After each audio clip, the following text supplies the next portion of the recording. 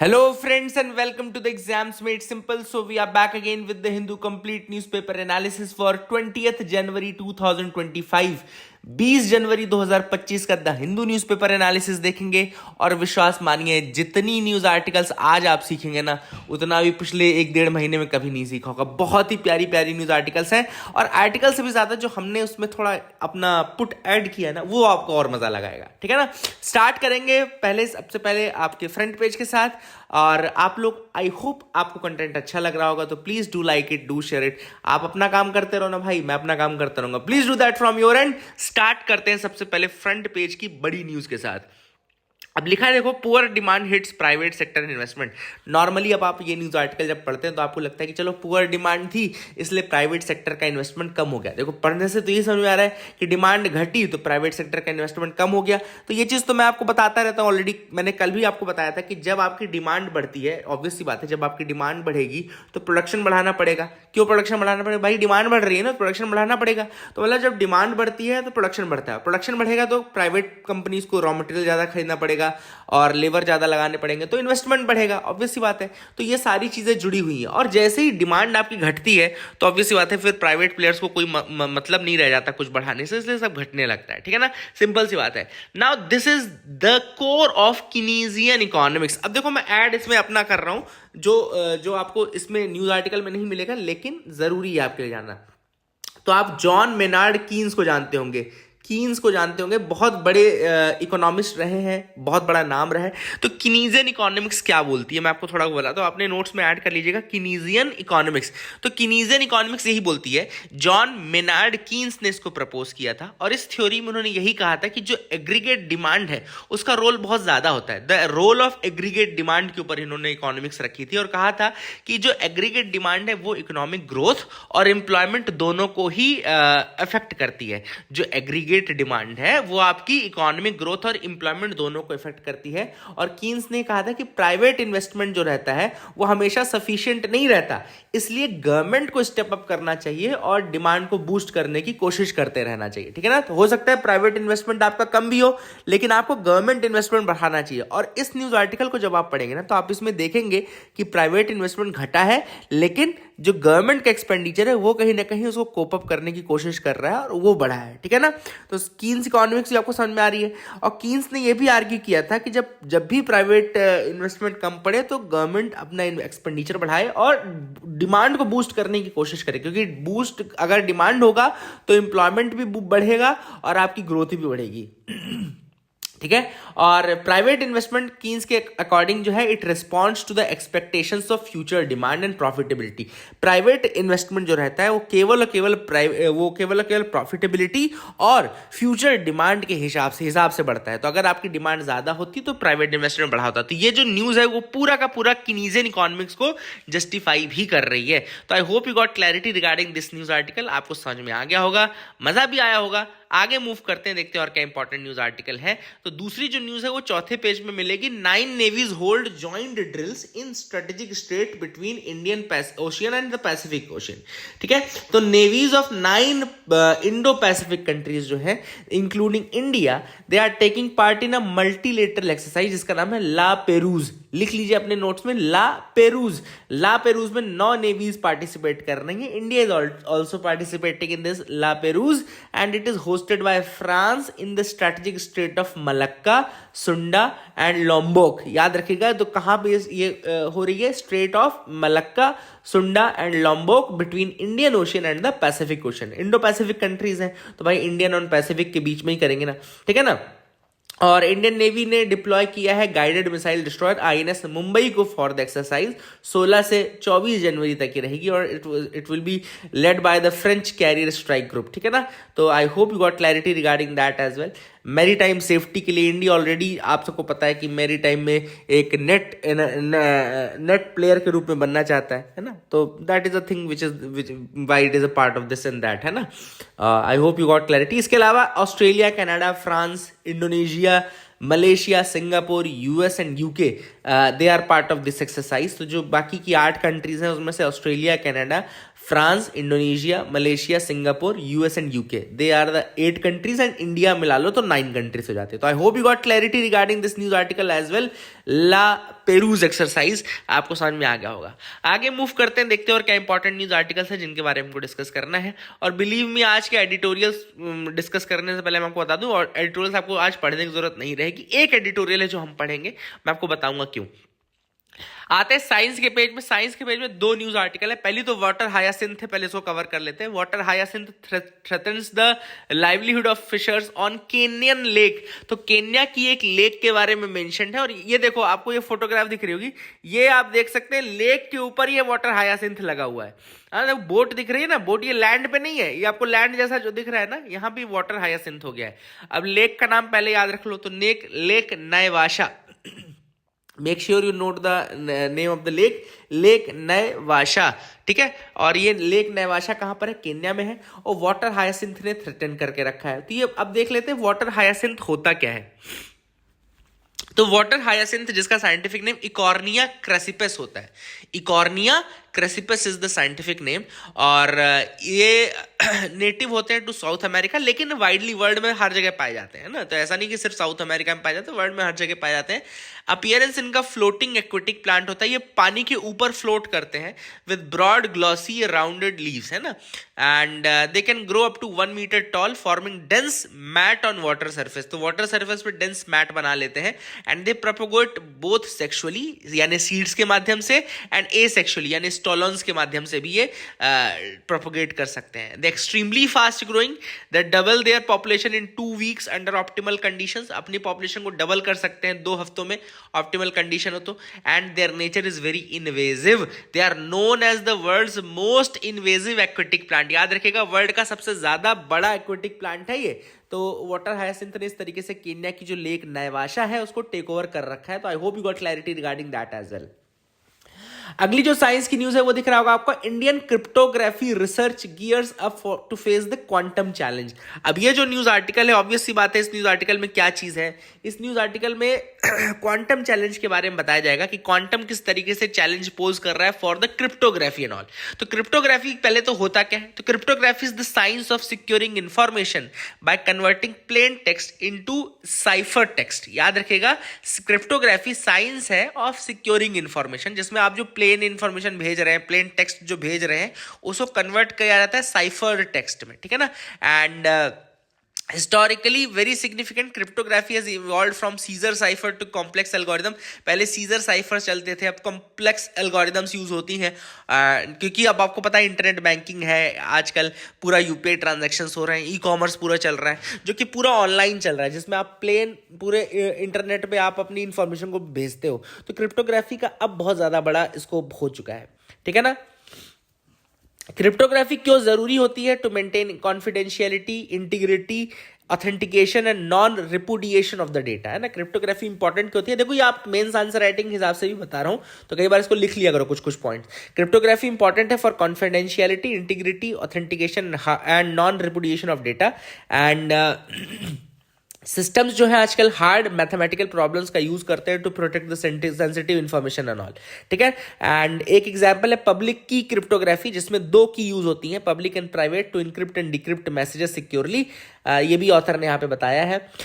Indian research का focus आजकल इसी पे है कि किस तरीके से कॉम्प्लेक्सिटी बढ़ाई जाए क्रिप्टोग्राफी की, एंड एल्जेब्रिक कोडिंग थ्योरीज का यूज किया जा रहा है। जैसे आइसर इंस्टीट्यूट है, आईएससी पुणे है, आरआरआई बेंगलुरु है, वो रिसर्च कर रहे हैं क्वांटम रेजिस्टेंट क्रिप्टोग्राफी में, QRC, क्वांटम रेजिस्टेंट क्रिप्टोग्राफी में वो कर रहे हैं। अब क्वांटम रेजिस्टेंट क्रिप्टोग्राफी का मतलब क्या होता है? कि जो क्वांटम कंप्यूटिंग की थ्रेट से बच सके, क्योंकि आजकल क्वांटम कंप्यूटर यूज हो रहे हैं, है ना। They can break any cryptographic method, ठीक है। तो आपको समझ में आ रहा है, क्रिप्टोग्राफी का सबसे बड़ा थ्रेट जो है आजकल वो है क्वांटम कंप्यूटिंग। क्वांटम कंप्यूटिंग जो है वो किसी भी क्रिप्टोग्राफिक मेथड को ब्रेक करने में सक्सेसफुल हो पा रहा है, एंड इसी कारण से क्वांटम रेजिस्टेंट क्रिप्टोग्राफी जो है, ताकि सिक्योर सिस्टम बनाया जा सके against any such quantum threats. इसीलिए जो आर्टिकल था वो लिखा था क्वांटम थ्रेट से बचने के लिए क्या करना है, कैसे करना है, ठीक है ना। और इसके लिए बहुत सारे मेथड्स है, जैसे ट्रू रैंडम जनरेटर्स। कई बार क्रिप्टोग्राफी की जो है रियल टाइम में जनरेट हो रही है, ताकि उसको चेक ना किया जा सके, हैक ना किया जा सके, ठीक है। इसके अलावा आपको बता दो कि इंडिया ने भी नेशनल क्वांटम मिशन 2023 में स्टार्ट किया है to advance quantum communication including satellite based quantum network, and इसी का यूज किया जा सकता है फॉर क्रिप्टोग्राफी एंड ऑल, है ना। तो क्रिप्टोग्राफी भी इसी के पार्ट रहेगी। I hope you got clarity regarding that as well. Quantum secure crypto systems बनाने की कोशिश कर रहा है, डेवलपमेंट करने की कोशिश कर रहा है, इंडिया भी कर रहा है, और क्रिप्टोग्राफी में क्वांटम का बहुत बड़ा रोल आने वाला है। तो I hope you got clarity regarding that as well, आपको समझ में आ गया होगा। आगे मूव करते हैं एडिटोरियल पार्ट पे। जो एडिटोरियल डिस्कस करेंगे वो है रिकास्टिंग इंसॉल्वेंसी रेजोल्यूशन। अब ये हम क्यों डिस्कस करेंगे, ये इसलिए हम डिस्कस करेंगे क्योंकि इस आर्टिकल में एक तो इंसॉल्वेंसी में जो प्रॉब्लम्स आई हैं और जो हमने स्टेप्स उठाए वो दोनों मेंशन है। सबसे पहले आपको बता दो स्टेप्स हमने जो बताए। इंसॉल्वेंसी इन बैंक्रप्सी होता क्या आपको पता है ना। जैसे कोई कंपनी है, उसने लोन लिया था बट डिफॉल्ट कर गई, तो बाद में उस कंपनी को इंसॉल्वेंसी घोषित किया जाएगा या बैंकरप्ट घोषित किया जाएगा। किस तरीके से उसका प्रोसीजर होगा ये मेंशन किया गया था आईबीसी, यानी कि 2016 में इंसॉल्वेंसी एंड बैंक्रप्सी कोड लेकर के आया गया था। इंसॉल्वेंसी एंड बैंक्रप्सी कोड, उसको लैंडमार्क रिफॉर्म के रूप में लाया गया था, जो कि इंसॉल्वेंसी रेजोल्यूशंस को टाइम बाउंड मैनर में और स्ट्रक्चर्ड मैनर में संभाला जाएगा, है ना। टाइम बाउंड मैनर में, स्ट्रक्चर्ड मैनर में उसको सॉल्व करने के लिए insolvency resolution, insolvency and bankruptcy code लाया गया था 2016 में, ठीक है ना। स्ट्रक्चरल चैलेंजेस अब इसमें क्या क्या है मैं आपको सबसे पहले बता दूं। एनसीएलटी और एनसीएलएटी पे डबल बर्डन आ रहा है। क्यों डबल बर्डन आ रहा है? क्योंकि अगर आप इंसॉल्वेंसी एंड बैंक्रप्सी कोड को पढ़ेंगे तो उसमें साफ साफ लिखा गया है, चाहे कॉर्पोरेट इंसॉल्वेंसी हो, मतलब कोई कॉर्पोरेट फर्म हो, या फिर कंपनीज एक्ट के अंदर जो भी केसेस आएंगे वो सारे एनसीएलटी पे जाएंगे, ठीक है ना। मतलब आपने डुअल बर्डन डाल दिया। एक तो आपने कॉर्पोरेट इंसॉल्वेंसी भी एनसीएलटी में डाल दी, और दूसरा कह दिया कि कंपनीज एक्ट के अंतर्गत जो भी केसेस आएंगे वो भी एनसीएलटी के पास जाएंगे, और एनसीएलटी और के पास अगर जाएंगे तो अपील कहां जाएगी? एनसीएलएटी पे जाएगी, है ना। तो एनसीएलटी के ऊपर और एनसीएलएटी के ऊपर डुअल बर्डन आ गए। अच्छा, अगर इंडिविजुअल के ऊपर बैंकरप्सी आ रही है, इंडिविजुअल के ऊपर केसेस आ रहे हैं, तो वो डीआरटी पे जाते हैं, डेट रिकवरी ट्रिब्यूनल पे जाता है, ठीक है ना। ये भी याद रखना, इसमें लिखा नहीं है लेकिन मैं आपको बता दूं, इंसॉल्वेंसी एंड बैंकरप्सी के कॉर्पोरेट इंसॉल्वेंसी और कंपनीज एक्ट के केसेस एनसीएलटी पे जाते हैं, और इंडिविजुअल रिलेटेड जो भी केसेस हैं वो डीआरटी यानी कि डेट रिकवरी ट्रिब्यूनल में जाते हैं, ठीक है ना। दूसरा प्रॉब्लम इसमें ऑथर ने ये बताया कि जो स्ट्रक्चर है वो स्ट्रक्चर आईबीसी का जो है वो आउटडेटेड स्ट्रक्चर है, क्योंकि बहुत पुरानी स्टडी के ऊपर बेस्ड है और करंट इकोनॉमिक रियलिटीज को मैच नहीं करता है।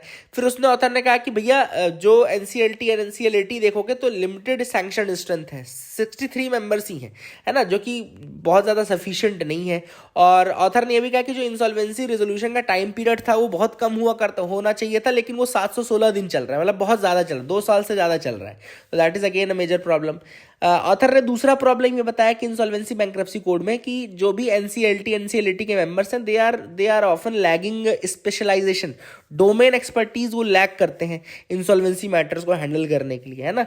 तो that is again a major problem कि जो डोमेन एक्सपर्ट ही नहीं रहेगा तो हैंडल कैसे करेगा, ठीक है। एंड इसके अलावा ऑथर ने कहा कि ब्यूरोक्रेटिक हर्डल्स हमेशा रहेगा, जो इंडिया में रेड टेपिज्म है, ब्यूरोक्रेटिक हर्डल्स है, that is again a major problem. Procedural delays भी हैं भाई, बहुत सारे mandatory hearings for all applications including routine progress report. तो ये सब रूटीन प्रोग्रेस रिपोर्ट और ये सब बनाने में प्रोसीजरल डिलेज भी हैं। प्रोसीजर तो फॉलो करना ही पड़ेगा, लेकिन प्रोसीजरल डिलेज भी बहुत होते हैं। तो ऑथर ने यहाँ पे कुछ रिफॉर्म्स सजेस्ट किए हैं। सबसे पहले ऑथर ने कहा कि इंस्टीट्यूशनल कैपेसिटी एंड एक्सपर्टीज, यानी कि एक हाइब्रिड मॉडल का अपनाओ, जिसमें आप जुडिशियल एक्सपीरियंस को डोमेन नॉलेज से मिलाओ भाई, है ना। जुडिशियल एक्सपीरियंस तो ठीक है, आप केसेस हैंडल कर रहे हो तो जुडिशियल एक्सपीरियंस आपको चाहिए, लेकिन आप केसेस किस तरीके के हैंडल कर रहे हो वो भी तो आप देखो। आप इंसॉल्वेंसी बैंक्रप्सी के केसेस हैंडल कर रहे हो और आप डोमेन एक्सपर्ट्स को नहीं इंक्लूड कर रहे हो, तो एक हाइब्रिड मॉडल लाओ जिसमें जुडिशियल प्लस डोमेन नॉलेज दोनों को लाओ। देन प्रोसीजर को स्ट्रीमलाइन करो, मतलब कि आप इनकरेज करो एडीआर को, अल्टरनेट डिस्प्यूट रेजोल्यूशंस को, हर केस को एनसीएलटी एनसीएलएटी में मत आने दो। कुछ आप मीडिएशन, है ना, रिकन्सिलिएशन, इन सब के थ्रू, एडीआर के थ्रू भी अपनाने की कोशिश करो। इसके अलावा जो प्रोसीजरल फ्रेमवर्क है उसको सिंपल करो, अननेसेसरी हियरिंग्स मत करो, है ना। जैसे अभी हमने ऊपर देखा कि मैंडेटरी हियरिंग्स हैं सब सारे केसेस की, और ये तो ऐसे अननेसेसरी मैंडेटरी हियरिंग्स मत करो, है ना। तो that is a thing which is there. Infrastructure improvement करो, जो एडिक्वेट कोर्ट रूम्स बनाओ, परमानेंट सपोर्ट स्टाफ को और रिक्रूट करो, मॉडर्न फैसिलिटीज प्रोवाइड करो, इकोनॉमिक ग्रोथ पे फोकस करना है। तो ये सारी चीज़ें मेंशन की गई इस आर्टिकल में। I hope you got clarity regarding that as well. अच्छा आर्टिकल था, समझ में आ गया होगा। अगला है how is TRAI and the government combating spam. तो स्पैम तो आपको पता होगा ना, बहुत सारे स्पैम कॉल्स आप लोग को भी आते होंगे, है ना। तो उसी के ऊपर ये आर्टिकल है, क्योंकि ट्राई चूंकि रेगुलेटर है, टेलीकॉम रेगुलेटर ऑफ इंडिया है, telecom regulatory authority of India बोलते हैं इसको। तो ये किस तरीके से अनसॉलिसिटेटेड कमर्शियल कम्युनिकेशन, यूसीसी बोलते हैं, याद रखिएगा। ये जो स्पैम होते हैं ना, इनको यूसीसी कहा जाता है, अनसॉलिसिटेड कमर्शियल कम्युनिकेशंस। तो ये इसको आप लिख लेना, कई बार फुल फॉर्म पूछ सकता है यूसीसी का, या स्पैम इनमें से क्या होता है। तो अनसॉलिसिटेड कमर्शियल कम्युनिकेशन, इन्हीं को स्पैम बोलते हैं। तो इसमें कुछ इनिशिएटिव्स ट्राई के मेंशन है, जैसे the do not disturb registry 2007 में लॉन्च की गई थी, जो कि स्पैम कॉल्स को ब्लॉक करती है for registered user. Then telecom commercial communication customer preference regulation 2018 में लाए गए थे, जो पिनलाइज करते हैं नॉन कंप्लायंट टेली मार्केटर्स को using blockchain for spam control, ठीक है ना। तो टेली मार्केटर्स को पेनलाइज किया जाता है by using blockchain for spam control. याद रखिएगा, telecom commercial communication customer preference regulation TCCCPR 2018 में लाया गया था। डू नॉट डिस्टर्ब रजिस्ट्री 2007 में लाई गई थी, ठीक है ना। इसके अलावा mandating DND reporting on telecom providers apps in 2024, ये भी उन्होंने कहा मैंडेट कर दिया है DND reporting on telecom providers. अब ऑथर ने यहाँ पे ब्लॉकचेन टेक्नोलॉजी, जो आपको पता होगा बिटकॉइन में भी यूज होती है, तो ब्लॉकचेन टेक्नोलॉजी का यूज बताया कि ब्लॉकचेन जो है it ensures traceability of SMS messages. आप एसएमएस को ट्रेस कर सकते हो, क्योंकि ये पूरा लेजर मेंटेन करके रखता है सेंडर एंड फॉर्मेट्स का। तो that is a thing which is there. Blockchain technology के थ्रू आप इसको हर एसएमएस को आप ट्रेस कर सकते हो, म्यूट कर सकते हो एंड ऑल, है ना। एंड ऑथर ने ये भी कहा कि डीएनडी रजिस्टर्ड यूजर्स के लिए जो कमर्शियल कम्युनिकेशंस हैं दे हैव डिक्रीज्ड, एंड कई जगह लेकिन चैलेंजेस अभी भी हैं, because fraudulent calls from disposable numbers या इंटरनेशनल VoIP प्रोवाइडर्स के थ्रू वो कॉल अभी भी कर लेते हैं, fraudulent calls and all. And इसीलिए ये जो स्पैम को टैकल करने की टैक्टिक्स है वो भी आपको बार बार इवॉल्व करनी पड़ेगी, ना। जैसे आजकल डिस्पोजेबल नंबर्स मिलने लगे, तो आप उनको आप सेपरेट नहीं कर पाओगे, है ना। वो बिल्कुल आपको फ़ोन नंबर से ही कॉल करेंगे। तो अब गवर्नमेंट के क्या इनिशिएटिव्स है टू कॉम्बैट स्पैम। तो सबसे पहले ऑथर ने कहा कि संचार सारथी पोर्टल है, जिसमें इंक्लूडिंग चक्षु रिपोर्टिंग साइट है, it helps reporting fraudulent calls and messages. Then telecom security operation centre monitor suspicious internet traffic in real time. Telecom security operation centre ये मॉनिटर करता है सस्पिशियस इंटरनेट ट्रैफिक को। तो याद रखिएगा, AI बेस्ड टूल्स जैसे Airtel label suspected spam है, ये इसमें इंटरनेशनल कॉल्स एंड अलर्ट कर देते हैं यूजर्स को, ठीक है ना। All these are the methods, but अभी भी इसमें बहुत ज़्यादा करने की जरूरत है। That is what has been mentioned in this article. What did the ILO report state about international migrants? अब यहाँ पे इंटरनेशनल माइग्रेंट्स के बारे में एक रिपोर्ट निकाला है ILO ने। सबसे पहले तो रिपोर्ट का नाम लिख लो, global estimate on international migrant workers. Global estimates on international migrant workers, अगर आपसे कोई पूछे, क्योंकि इसमें इंटरनेशनल माइग्रेशन ऑर्गेनाइजेशन लिख देगा ना, तो आप बिल्कुल वही मार दोगे। तो याद रखिएगा, इसका 4th एडिशन है, global estimates on international migrant workers. ये इंटरनेशनल लेबर ऑर्गेनाइजेशन ILO ने निकाली है, ठीक है ना। तो इसमें क्या क्या मेंशन है, देखो बहुत ज़्यादा हमको डेटा याद करने की जरूरत नहीं है ना। तो बस थोड़ा सा मैं आपको बता दूं कि इंटरनेशनल माइग्रेंट्स जो है 2022 में they made a 4.7% of the global labour force. Global labour force का 4.7% 2022 में इंटरनेशनल माइग्रेंट्स ही रहे हैं।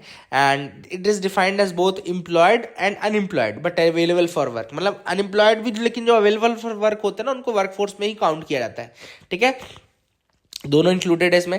ज़्यादातर जो इंटरनेशनल माइग्रेंट्स हैं उनको एब्जॉर्व किया गया है हाई इनकम कंट्रीज़ के द्वारा, विच अकाउंट्स फॉर 68.4%। याद रखिएगा, हाई इनकम कंट्रीज़ में ही ज़्यादातर गए हैं, और 68.4% जो गए हैं वो हाई इनकम कंट्रीज़ में गए हैं।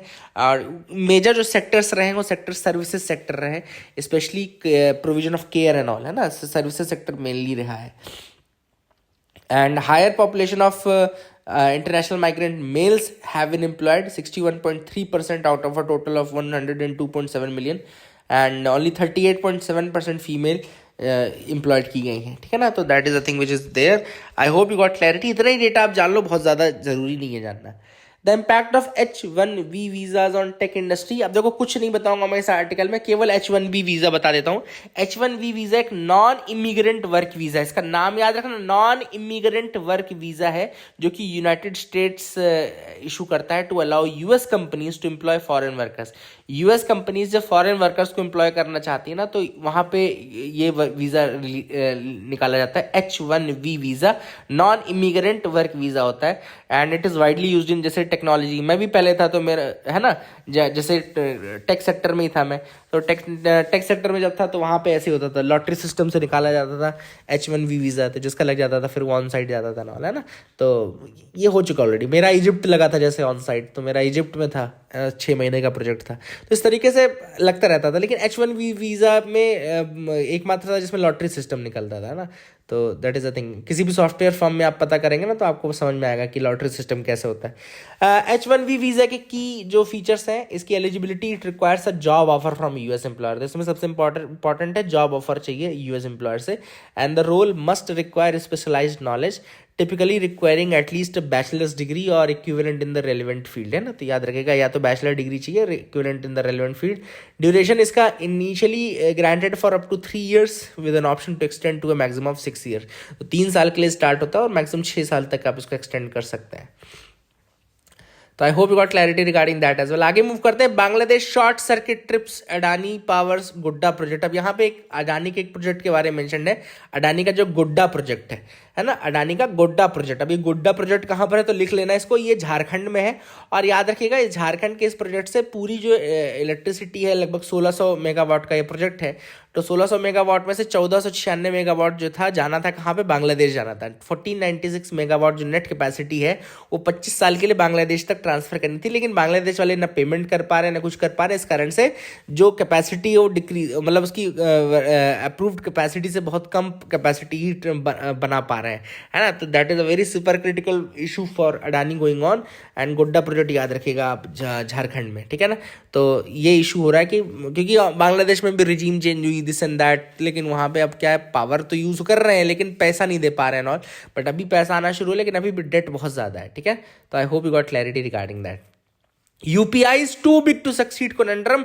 अब यहाँ पे यूपीआई के बारे में, यूपीआई की सक्सेस स्टोरी के बारे में मेंशन है कि यूपीआई किस तरीके से न केवल इंडिया में बल्कि 7 overseas countries, France, Singapore, UAE, Sri Lanka, Bhutan, Nepal and Mauritius, they now accept UPI payments. ये यूपीआई पेमेंट एक्सेप्ट करते हैं. इसके अलावा further more Peru, Namibia, Trinidad Tobago, they have also partnered with NPCI. अच्छा, आपको ये तो पता होगा ना कि यूपीआई को बनाया किसने है, तो NPCI, national payment corporation of India ने बनाया है. तो इसके साथ ये कंट्रीज नामीबिया, त्रिनिदाद, पेरू, इन्होंने भी कोऑपरेशन किया है और कहा है कि भाई हमारे यहाँ भी यूपीआई जैसा सिस्टम आप बना दो, है ना. अब आजकल बात चल रही है अभी कि यूपीआई में अगर हम एमडीआर इंक्लूड कर दें तो कैसा रहेगा, है ना. जो इस आर्टिकल में मेंशन भी है, एमडीआर मतलब होता है merchant discount rate. UPI transaction पे अभी कोई भी मर्चेंट डिस्काउंट रेट नहीं लगता है, लेकिन जब आप कार्ड पेमेंट करते हो ना, क्रेडिट कार्ड एंड ऑल, तो वहाँ पे 2% का लगता है. कई बार आपने देखा भी होगा, दुकानदार बोलता भी होगा कि 2% लगेगा भैया इसमें, है ना. तो 2% एक्स्ट्रा फिर वो लेते हैं. तो अभी कोई merchant discount rate UPI transaction में नहीं है. तो मर्चेंट डिस्काउंट रेट क्या होता है? It's a fee businesses pay to a payment processing firm. जो पेमेंट प्रोसेसिंग फर्म होती है ना, उसको बिजनेस पे करते हैं, है ना. जैसे जैसे जो दुकान वाला होगा वो पे करेगा, लेकिन अब वो दुकान वाला अपने ऊपर नहीं लेगा, वो आपसे लेगा वो पैसा, है ना. तो हर ट्रांजैक्शन पे जो बिजनेस प्रोसेसिंग, जो बिजनेस है, वो पे करता है to the payment processing firm for each transaction, है ना. और अभी वो डेबिट और क्रेडिट कार्ड बस में लग रहा है, इसलिए वो डेबिट क्रेडिट कार्ड में तो ऐड कर देते हैं, लेकिन यूपीआई ट्रांजैक्शन पे नहीं होता है, तो यूपीआई ट्रांजैक्शन नहीं लेते. बट बात चल रही है कि यूपीआई ट्रांजैक्शन में अगर इंक्लूड करें तो फर्म्स को बहुत फायदा भी होगा नॉट. बट हमको तो नुकसान होने लगेगा ना. तो देखते हैं क्या है. अगला है यहाँ पे आसियान टेल्स मेंबर जो भी है. अब यहाँ पे हम पहले आसियान के बारे में देख लें. आसियान के मेंबर्स कितने हैं? South east association of south east Asian nations बोलते हैं. 10 मेंबर कंट्रीज हैं. Brunei Darussalam, Cambodia, Indonesia, Laos, Malaysia, Myanmar, Philippines, Singapore, Thailand, Vietnam. एक और चीज़ मैं बता दूं कि लाओस जो है इसमें लैंडलॉक्ड कंट्री है, it is the landlocked country among these Laos, ठीक है ना। और एक और चीज़ आपको बता दूं कि इसका फॉर्मेशन जो आसियान का हुआ था वो 8 अगस्त 1967 को हुआ था थ्रू द बैंकॉक डिक्लेरेशन। तो बैंकॉक डिक्लेरेशन के थ्रू हुआ था इसका फॉर्मेशन 8 अगस्त 1967 को, ठीक है। मेन गोल्स है to promote political economic cooperation, cultural integration, regional stability, ठीक है।